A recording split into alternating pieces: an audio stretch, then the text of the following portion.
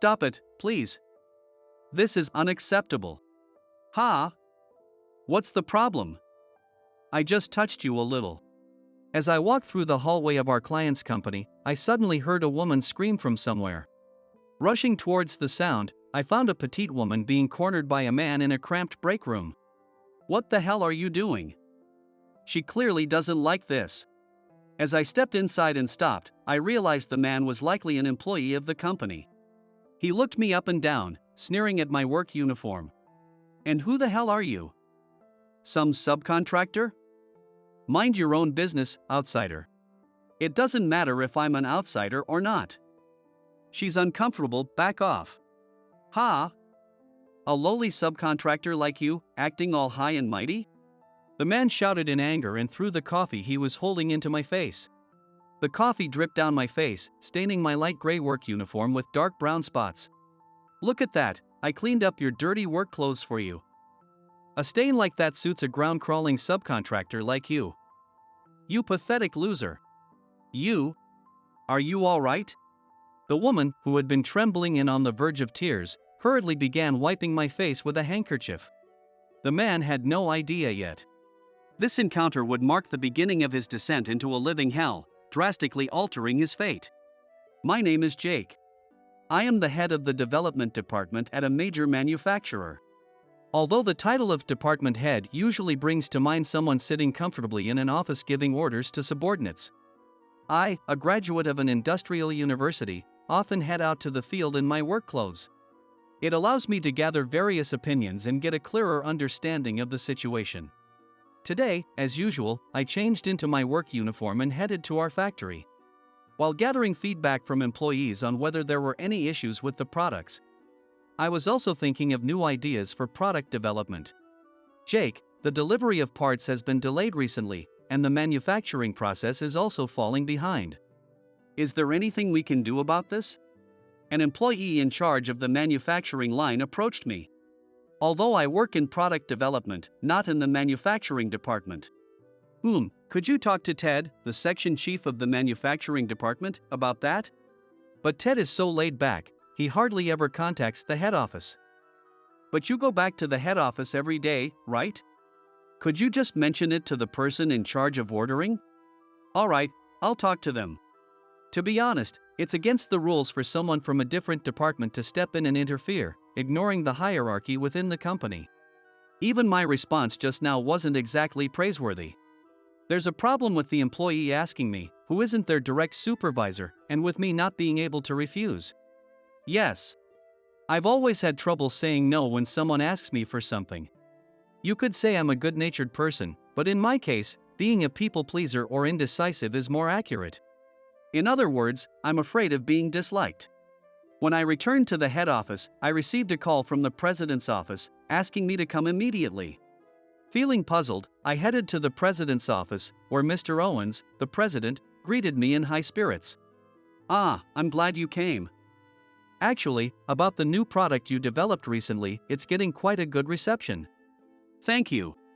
So, I'm thinking of shutting down one of the production lines that's seeing a drop in output and shifting it to produce more of the new product. What do you think? When Mr. Owens said this, I remembered what was mentioned to me at the factory today. Speaking of which, there was a complaint at the factory today about delayed part deliveries. Those parts are also essential for the new product. So if we increase production lines, we'll need to secure more parts. I see. In that case, we'll need to find new suppliers for the parts. I'll have someone from the manufacturing department contact you later. So please give them specific instructions on what we need. Yes, understood. And also, Mr. Owens hesitated a bit, as if gauging my reaction, before continuing. We're considering promoting you soon. What do you think? A promotion. Yes, your track record is outstanding. Since you joined the company, you've developed numerous products, all of which have become key items for us. With such achievements, a promotion seems like a well-deserved right, don't you think? However, I'm more of a technical person, and I feel more suited to my current role. Besides, I lack the leadership skills to manage others effectively. That's exactly what concerns me, your lack of confidence, and your indecisiveness. But still, we intend to promote you eventually. From now on, I want you to act with more confidence. Yes. The sudden talk of a promotion left me feeling unsettled. Even just being appointed as the head of the development department in my early 30s felt overwhelming. And the thought of taking on even more responsibility was daunting. One day, a representative from a company we planned to do business with came to introduce themselves as we were deciding on a new supplier for the new product. Nice to meet you. I'm Emma. I'll be handling our meetings moving forward. It's a pleasure to work with you. She bowed her head politely, and despite being a sales representative, she seemed inexperienced and quite nervous. It was endearing in a way, and as we met several times for meetings, I learned that she had recently transferred from a technical role to the sales department. Our shared technical background made it easy to talk, and she was attentive to the specifications of the parts we discussed, which made the conversations flow smoothly. Today, my explanations took longer than expected, and we ended up working well past business hours. So I decided to treat her to a meal as an apology. That said, I was too shy to invite her out for a meal, so I ordered takeout to the office, and we ate in the conference room. I feel bad you're treating me to a meal when it was my fault for asking so many questions. No, I should be the one taking you out to a nice restaurant, but I know women usually don't like being asked out by a superior at work. So, let's stick with takeout for now. Oh, not at all. I really appreciate how clearly you explained everything to someone like me who's not great with words. And, honestly, I'd love to go out for a meal outside of work too, if that's okay. What? Her unexpected comment took me by surprise, but I quickly composed myself, not wanting to get carried away. That makes me happy, but during negotiations, rumors can start easily. For now, let's stick to takeout at the office. I'll find some really good delivery options for us. Yes. Thank you. Our professional relationship continued to go smoothly from there. The supply of parts for the new product was efficient, and the new production line was getting up and running. Sales were strong, and production was struggling to keep up, leading to discussions about building a new factory dedicated to the new product. That's amazing. Your product is trending online. Thanks. Because of that, we're even planning to build a new factory. If that happens, the number of parts we'll need from your company will increase several times over. Several times over? That's incredible. Yeah, but at the same time, there's talk of my promotion as well. Isn't that great news? Well, it's not as great for me. You see, I have a hard time saying no to people. I'm worried that if I get promoted, no one will want to follow me. I found myself confiding in her about my indecisive nature, as our conversations had become more relaxed. I just can't say no when people ask me for things. I worry that even if I get promoted, no one will want to follow someone like me. That's not true. Sure, subordinates often have high expectations of their superiors, but I'm sure many people appreciate your kindness and humanity. I bet they'd all follow you. Do you really think so? As her words started to boost my confidence, I noticed she suddenly looked downcast. Even though I said all that, I'm the same way. It takes a lot of courage to say no, especially to a boss or a man. You worry they might retaliate later, Even you feel that way? Of course. But, well, I'm going to work on saying no when I need to from now on. Yeah, let's both work on that. Yes. We parted ways after our conversation, but I couldn't stop thinking about why I've always been so indecisive. I started reflecting on an incident from my elementary school days, which I believe is the root of my hesitation. It happened when I was a young boy, playing with my good friend, Danny, on the playground. Hey, you little brats. Get out of here, you're in the way. A group of older boys, probably middle schoolers, much bigger and mean-looking, approached us and demanded that we leave the playground. Back then, I was fearless, the type of kid who would say no without hesitation if something didn't sit right with me. So, I stood my ground and responded firmly to the older boys. No way. We were here first. What did you say, you little runt? Talking back to us, huh? You want to get hurt? Without warning, one of the middle schoolers hurled a baseball at us, aiming directly at me and Danny. I still remember how hard that baseball was, leaving a nasty bruise where it struck. Ouch! As I doubled over in pain, the boys laughed at my misery. The next moment, I heard a terrible scream from Danny on the other side. When I looked over, I saw that the same hardball that had hit me earlier had now struck Danny squarely in the face. Danny collapsed, clutching his face in agony. "Let's get out of here." The middle schoolers panicked and ran off, leaving us behind. As a result, Danny ended up with a broken nose and fractured cheekbone, a serious injury. The middle schoolers who hurt us weren't caught immediately. Danny never blamed me, but our friendship became strained, and we gradually drifted apart. I was sure he had grown to dislike me.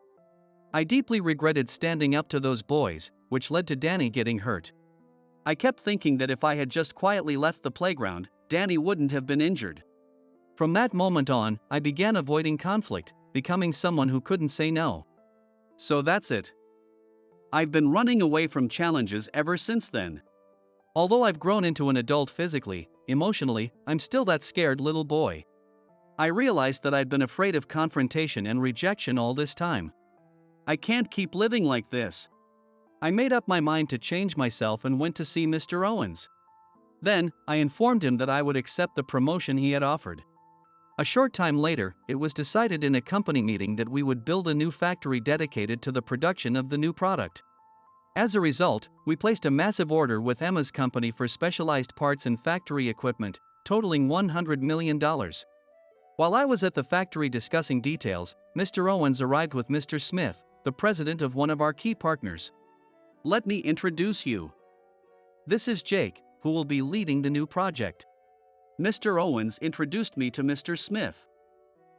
So this is the man behind your company's latest innovations?" "Yes, that's right. He's still young, but he's got a bright future ahead of him. He's the one who's going to lead our company forward." "Mr. Owens, please." I was taken aback by Mr. Owens' high praise. "So you're the one everyone's been talking about?" "If Mr. Owens says so, I'm sure you're the right person for the job. I'm putting him in charge of everything related to the new project." "Oh, by the way, Jake, could you go over to our partner's office and review the contract documents?" "Me? Right now?" I was still in my work clothes, as the meeting at the factory wasn't finished. But Mr. Smith and the others didn't seem to mind. "Sure, I'll accompany you." I got into the car and headed to the partner's office. As we arrived and were being shown to the conference room, someone approached Mr. Smith with what seemed to be an urgent matter.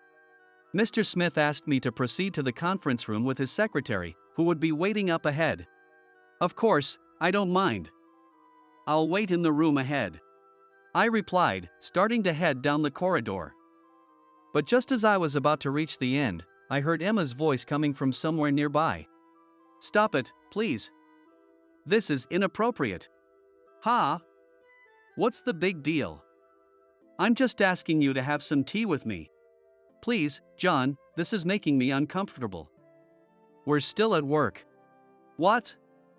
You're just a young, inexperienced newbie. What are you resisting for? Last time, you made me stay with you for hours. I can't keep doing this." "What did you say?" "This is part of your job. Spending hours with you isn't part of my job. This is wrong."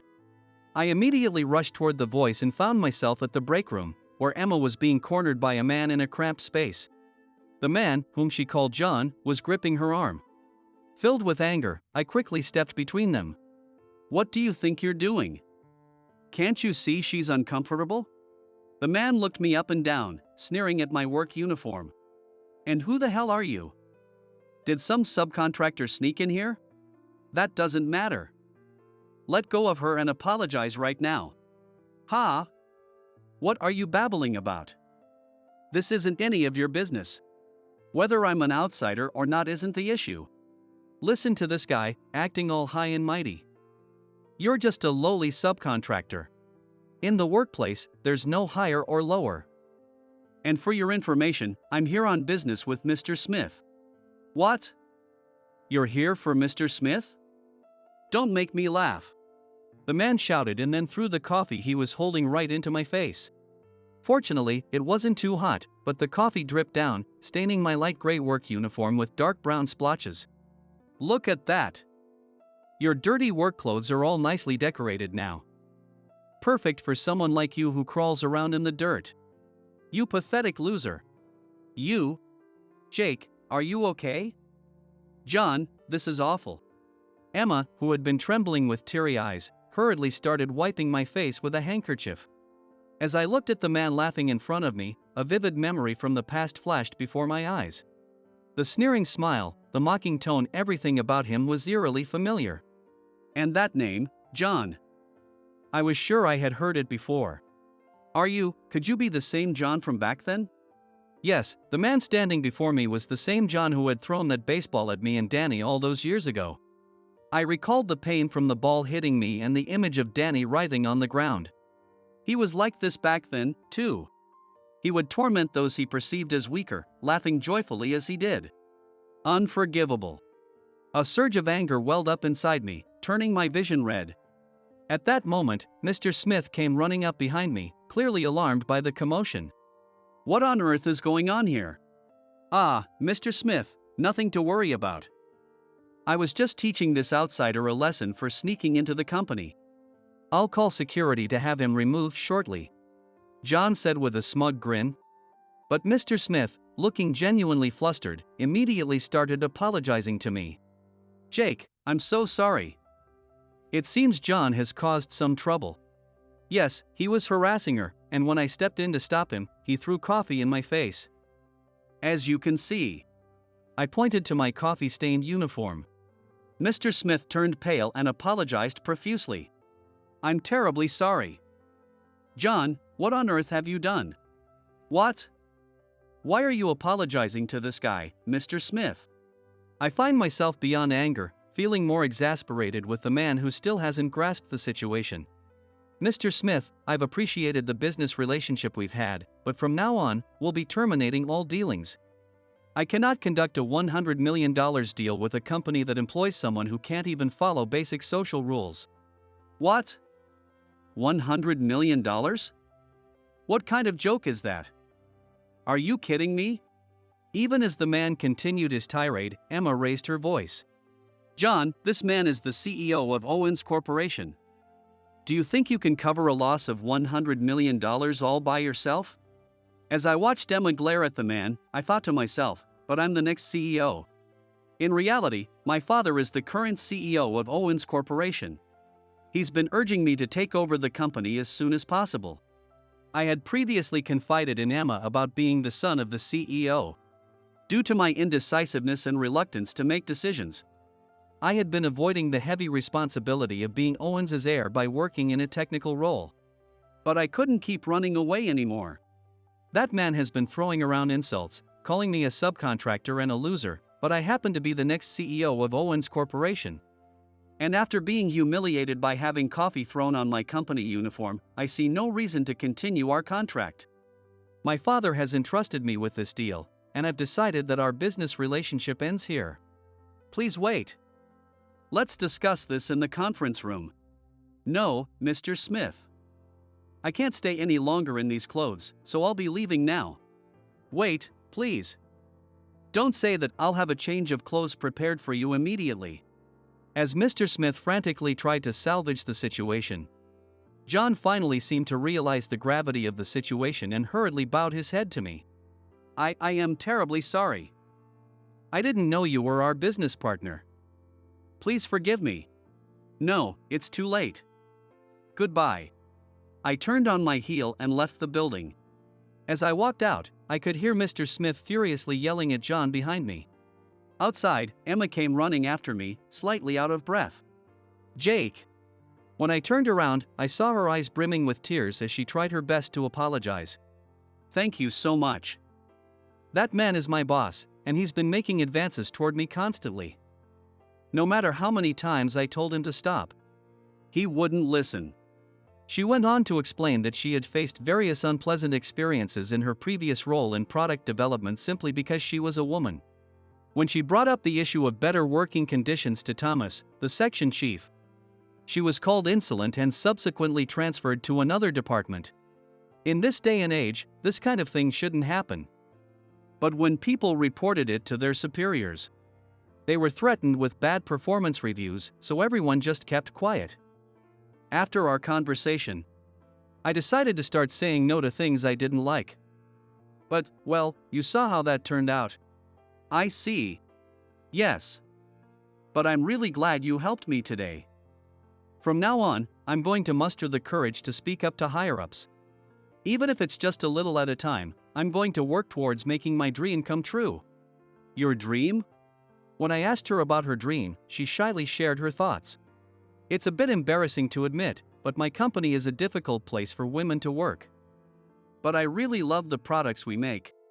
So I don't want to quit. I want to create a better working environment for women and increase the number of female employees. I see. That's amazing. As I listened to her, an idea crossed my mind. Would you let me help you achieve that dream? What? She was surprised, but I explained my idea to her. After hearing it, she nodded enthusiastically and gave me a beaming smile. The next day, Mr. Smith and John showed up at my company. I had already informed my father, Mr. Owens, about the incident with John, and he had assured me that I had full authority over the matter. So, what brings a company that insulted my son here today? When my father addressed them, Mr. Smith bowed so low that his head almost touched the floor. I deeply apologize for what happened yesterday. No amount of apology could suffice. But I've brought him here to offer his personal apology as well. My deepest apologies. After Mr. Smith, John also offers an apology, but it's clear that he doesn't genuinely mean it. He has reflected deeply on his actions, and we hope you'll reconsider the contract. In response, I said to Mr. Smith, since you've come all this way, I'm willing to reconsider on one condition. Yes. Anything you ask. First, there are allegations that John has harassed multiple female employees. I want these claims thoroughly investigated. And appropriate disciplinary action must be taken. Secondly, I want your company to commit to creating a work environment that is more supportive of women. Upon hearing this, John, unable to keep silent, suddenly spoke up. Excuse me, but isn't that an unfounded accusation? No, it's not just what happened in the break room yesterday. I've heard that you've been harassing female employees for quite some time. Ha! That's just her making things up. It's just the jealousy of a woman who can't get attention. Don't take her seriously. She's not the only one making complaints against you. You've been accused of claiming women are incompetent, forcing them to clean toilets, locking them in storage rooms, and denying them overtime pay. There are even cases of you unjustly transferring women to distant locations. The list goes on. What? And you believe these women? What's wrong with telling incompetent people they're incompetent? You have no proof that I harassed anyone. So stop with the nonsense. Oh, but I do have proof. Here are the written testimonies from those women, detailing the unjust treatment they received from you. We've also reviewed the security camera footage in the office, which clearly shows your actions. I placed a stack of complaint letters from the women on the table. John's face briefly contorted with fear, but he still refused to admit his guilt. Even if there's footage, it's probably just when they were coming on to me. And those letters? You must have paid them to make this stuff up. Oh, is that what you think? I decided to bring up another point to John, who was still stubbornly denying everything. By the way, didn't you have a run-in with the police a while back? For assault? What? How do you know about that? When you were in middle school, you threw a hardball at a kid playing in the park and caused a serious injury. Do you remember that? John seemed to recall something but tried to hide it. I don't know what you're talking about. You have no proof that I did anything wrong. If you do, show it right now. As John arrogantly demanded evidence, I smiled calmly and spoke. Then, from behind the partition in the room, a man stepped out. Well, long time no see. Though, the last time I saw you, it was through the glass at the police station, so I'm sure you don't remember me. No way. You're... Yes, I'm Danny, the kid you hit with a hardball, causing a serious injury. That's impossible. John jumped up from his chair, panic written all over his face. It's not a lie. Look, here's a copy of the indictment and the incident report from back then. We also have footage from a nearby security camera. Oh, and you remember skipping out on the damages you were supposed to pay? You ran off without paying, didn't you? Ugh. Did you know? When you evade paying damages, the statute of limitations is extended. So, you're still not off the hook. As Danny glared at him, John began to sweat profusely. We've also gathered testimonies from your old school friends about all the other bad things you've done. What do you think will happen if we take this to the police? No, this can't be happening. Fortunately, Danny had no lasting physical effects from his injury, though he mentioned that the old wounds still ached occasionally. I couldn't forgive John for what he did, so I mustered the courage to reach out to Danny. He expressed a desire to be involved, so I arranged for him to be here today. Emma had also been instrumental in gathering the complaint letters from the women. Over 50 letters were collected, showing just how much John had been getting away with. The fact that these women managed to write and deliver the letter of accusation in just one night shows how deeply they resented him. In a way, it was terrifying, and I felt a sudden chill down my spine. John was subsequently fired from the company. I also heard that several women had pressed charges, prompting a police investigation. At Emma's company, a new department dedicated to improving corporate compliance was established, and she was appointed as its head. She is now working tirelessly to create a better environment for women. Seeing her dedication, I found myself admiring her even more, and I knew I wanted to continue supporting her in any way I could. Afterward, Danny and I had a long conversation for the first time in years.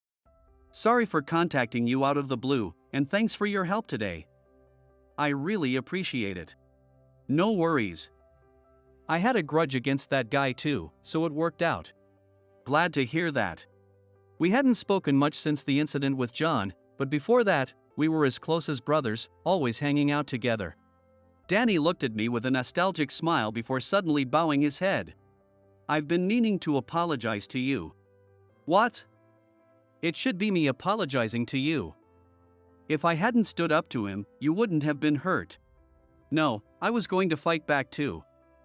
But he threw that hardball at me before I could. So in a way, it was just bad luck that I got hurt. So, we both just mistakenly thought we were to blame? Yeah, looks like it. Danny transferred overseas when he entered middle school due to his parents' circumstances. We lost touch after that, but he says he has been worried about me all this time. I actually started a company in the US and made it pretty big. Now, I've opened a branch in Japan, and I'm running it as the CEO here. When did you become so successful? That's amazing. What are you talking about? You're the future CEO yourself. I've heard you've been developing new products left and right. Ugh, that's embarrassing. After reconnecting through this incident, we began keeping in touch again, just like old times, meeting up whenever we had the chance. Danny also offered to give me some rather strict personal coaching on how to say no, knowing how much I struggled with it. No, Jake. You need to be firm and say no there. Really? Even for something like this? Well, I'm not saying you have to be as blunt as an American, but your responses are way too vague. After you say no, explain why. It's that simple. If they still can't agree with you or end up disliking you, then that's the extent of the relationship. You don't need to please everyone. While considering others' feelings is a valued trait in Japan, overdoing it can stifle your individuality. What do you want to do? Who do you want to be? As the CEO, it's your job to bring that forward and make adjustments to achieve it. Yeah, you're right. Thanks, Danny. No problem. Leave it to me. It felt like we were back to how we used to be. Although, I guess our roles have kind of reversed now, but this dynamic isn't so bad. Eventually, I did become the CEO, and I'm living a happy life with Emma as my partner. Thanks to Danny's guidance, I've become much better at clearly saying yes or no in business. Still, the one person I just can't say no to is my wife, and that's a bit of a challenge. People often avoid saying no to prevent hurting others. We watch others' reactions, fear being disliked, and end up giving vague answers or agreeing to things we don't want, only to regret it later. But for the sake of protecting those who are important to me, I've decided to become the kind of person who can say no when something is wrong. I want to build relationships where we can truly understand and respect each other. That's the kind of person I strive to be.